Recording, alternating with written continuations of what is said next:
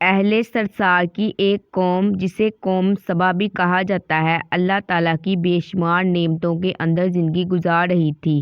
یہ قوم ایک عظیم تہذیب و تمدن کی مالک تھی۔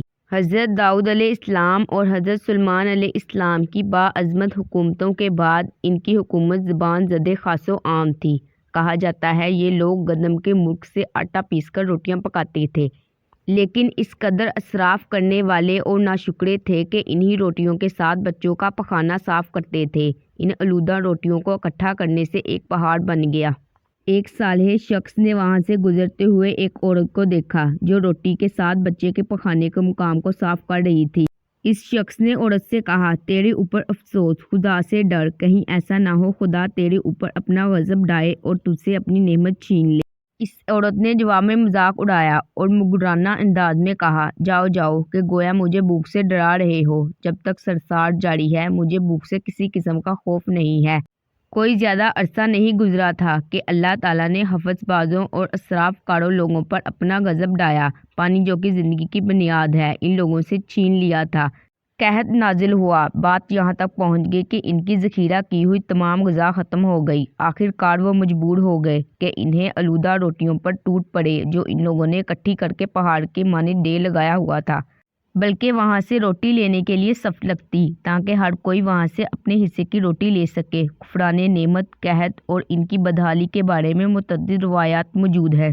سورہ نحل کی آیت نمبر 112 اور 113 میں یوں ارشاد ہوتا ہے، اللہ نے اس قریہ کی بھی مثال بیان کی ہے جو محفوظ اور مطمئن تھا، اس کا رزق ہر طرف سے باقاعدہ آ رہا تھا، لیکن اس قریہ کے رہنے والوں نے اللہ کی نعمتوں کا انکار کیا تو خدا نے انہیں بھوک اور پیاس کا مزہ چکھایا، صرف ان کے ان اعمال کی بنا پر جو وہ انجام دے رہے تھے، اور یقیناً ان کے پاس رسول آیا تو انہوں نے اس کی تقویت کر دی تو پھر ان تک عذاب آ پہنچا کہ یہ سب ظلم کرنے والے تھے۔ اسی قوم سبا کے بارے میں ایک اور واقعہ بیان ہوتا ہے کہ ان لوگوں نے اپنی زراعت کو بہتر طور پر کاشت کرنے کے لیے پانی ذخیرہ کرنے کی خاطر بلکہ دو پہاڑوں کے درمیان ایک بہت بڑا بند مغرب تعمیر کیا ہوا تھا۔ سراغ اور دونوں پہاڑوں سے گزرا ہوا پانی اس بند میں آ کر وافر مقدار میں جمع ہو جاتا۔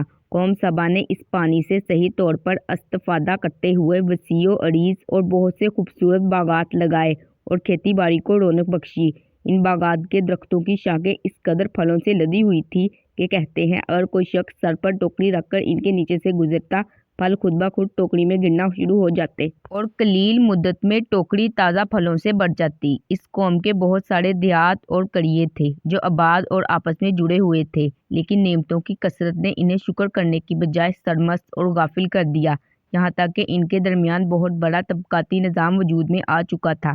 ان میں سے صاحب اقتدار لوگوں نے کمزوروں اور ضعیفوں کا خون چوسنا شروع کر رکھا تھا، یہاں تک کہ ان لوگوں نے خدا سے ایک احمقانہ التماس کیا جس کا ذکر سورۃ سبا کی آیت نمبر 19 میں ملتا ہے۔ انہوں نے کہا، خدایا ہمارے سفروں کے درمیان فاصلہ زیادہ کر دے۔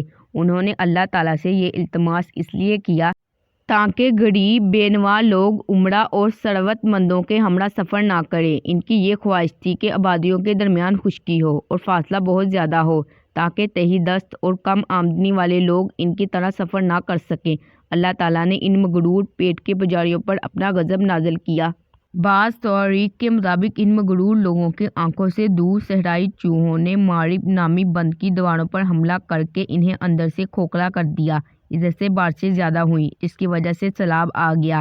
اس بند میں پانی بہت زیادہ اکٹھا ہو گیا۔ اچانک بند کی دیواریں ٹوٹی، اس سے ایک بہت بڑا سیلاب آیا جس میں تمام دیہات، آبادیاں، مال و مویشی، باغات، کھیتیاں، ان کے محل اور گھر پانی میں غرق ہو کر نابود ہو گئے۔ ان کے باغات اور زراعت میں سے صرف کچھ پیلو اور بیری کے درخت اور کچھ جھاڑیاں بچی تھیں۔ خوشحالان پرندے وہاں سے کوچ کر گئے تھے، جبکہ الو اور کووں نے قوم سبا کے کھنڈروں میں اپنے گھونسلے بنا دیے تھے۔